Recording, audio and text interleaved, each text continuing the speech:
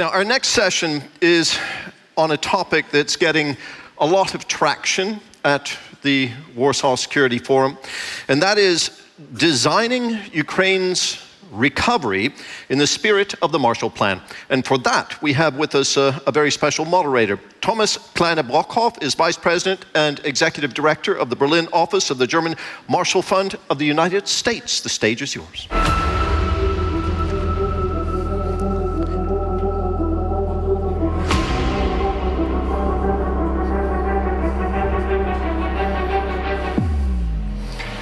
Good afternoon. Eventually, this war will end. And on the day after, we need a plan to reconstruct Ukraine and a plan to help Ukraine reconstruct.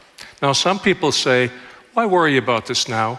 Aren't there other priorities? Isn't there a war to conduct and to win? Isn't there an ailing country to be kept afloat? To that, I would say, yes, that is true. But remember, you can win a war and lose the peace. And remembering World War II, the post-war planning started in 1942. So reconstruction planning, in fact, has started in July in Lugano. The first international reconstruction conference took place, and Ukraine, in fact, presented its national recovery plan there. Problem was, the Western donor countries did not present a plan. 3 weeks from now, there is another such conference, an experts conference hosted by the German government and the European Commission in Berlin. And again, we're not at the point where such a comprehensive plan is to be expected from the Western donor country side. Now, there is one such plan, and it is this. It is not, I admit, a government plan. It is not an EU plan. It's just a think tank paper, but it is the first of its sort. It's the first comprehensive attempt to look at the challenges of reconstruction from a donor country perspective. It's a framework to think about. Now, there are a number of thorny questions connected with reconstruction and with helping Ukraine reconstruct. First, who should pay? How should we organize burden sharing? Who should lead? Which institutions to use or to build? When to start? During the war, after the war, regional differences? How best to enable investments? What to do with Russia's frozen assets? How to ensure accountability and avoid corruption in a country that has a history thereof, and how best to involve civil society. Now, the Berlin conference in 3 weeks will focus on 2 of these questions, on governance and on finance. So I will concentrate in the minutes I have with you on these 2, acknowledging that important pieces, especially the accountability piece, that is very important, especially for Western donors, needs to be left out here.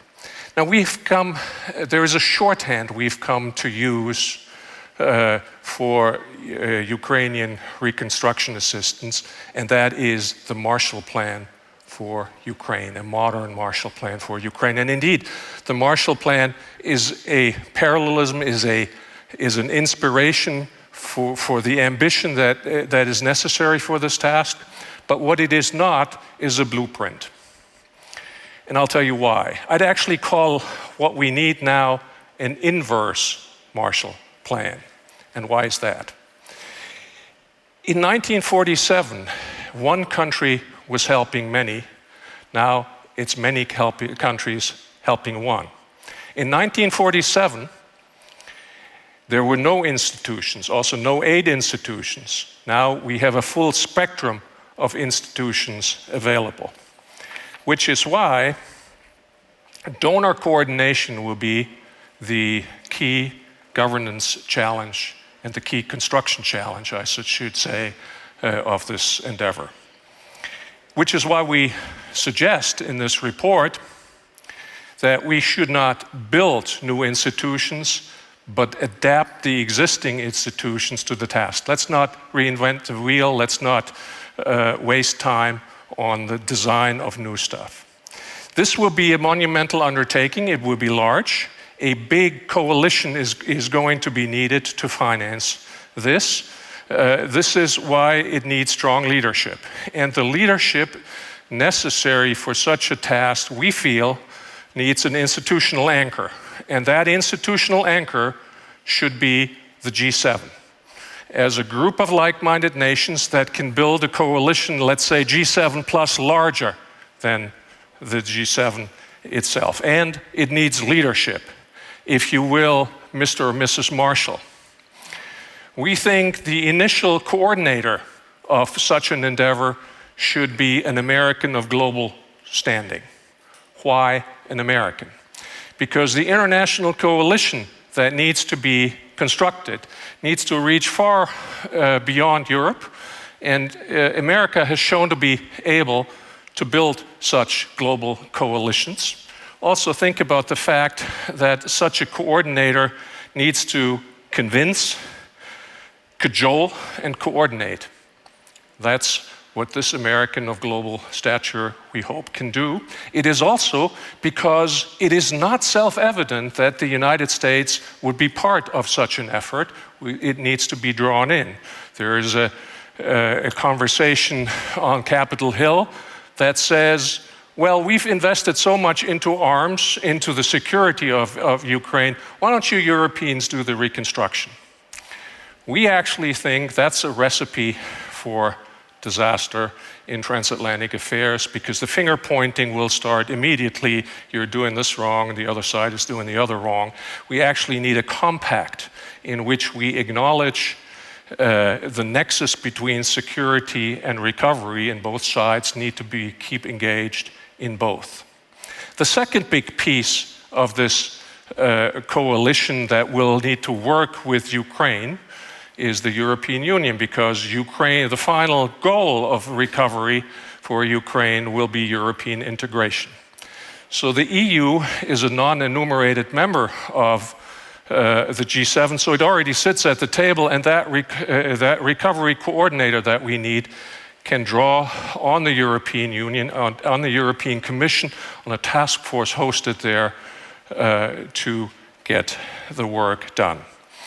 Now, the financials of this are large, but at this point unknowable. There are different estimates ranging from the destruction at 120 to several hundred billion. Now, those are large numbers, but when you look at them, don't let yourself be convinced that this is not doable. It is. It's going to be stretched out over many years, covered by a number of countries, different institutions, and different financial tools to be applied to this task. When you break it down, it does become realistic and doable. Now, I'm not saying it's easy. And it's not easy because the most important thing that is necessary for this is grants. Grants to start early, to be flexible, and not to overburden Ukraine with debt to make it debt insustainable, which would be another disaster. So the gold standard is grants, and that's Western taxpayer money. Now, the debate has not started, and it needs to get started, how the EU wants to finance the European part of the reconstruction aid. I can see 4 options on those, and when I enumerate these 4 options, I will see many rolling eyes. And I'll read them to you. First, collect national contributions, pledging. Secondly, reopen the multi-annual financial framework.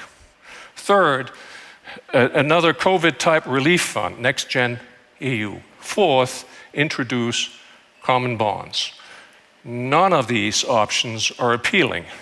That is why we don't hear anything about it, because there is a game of duck and cover.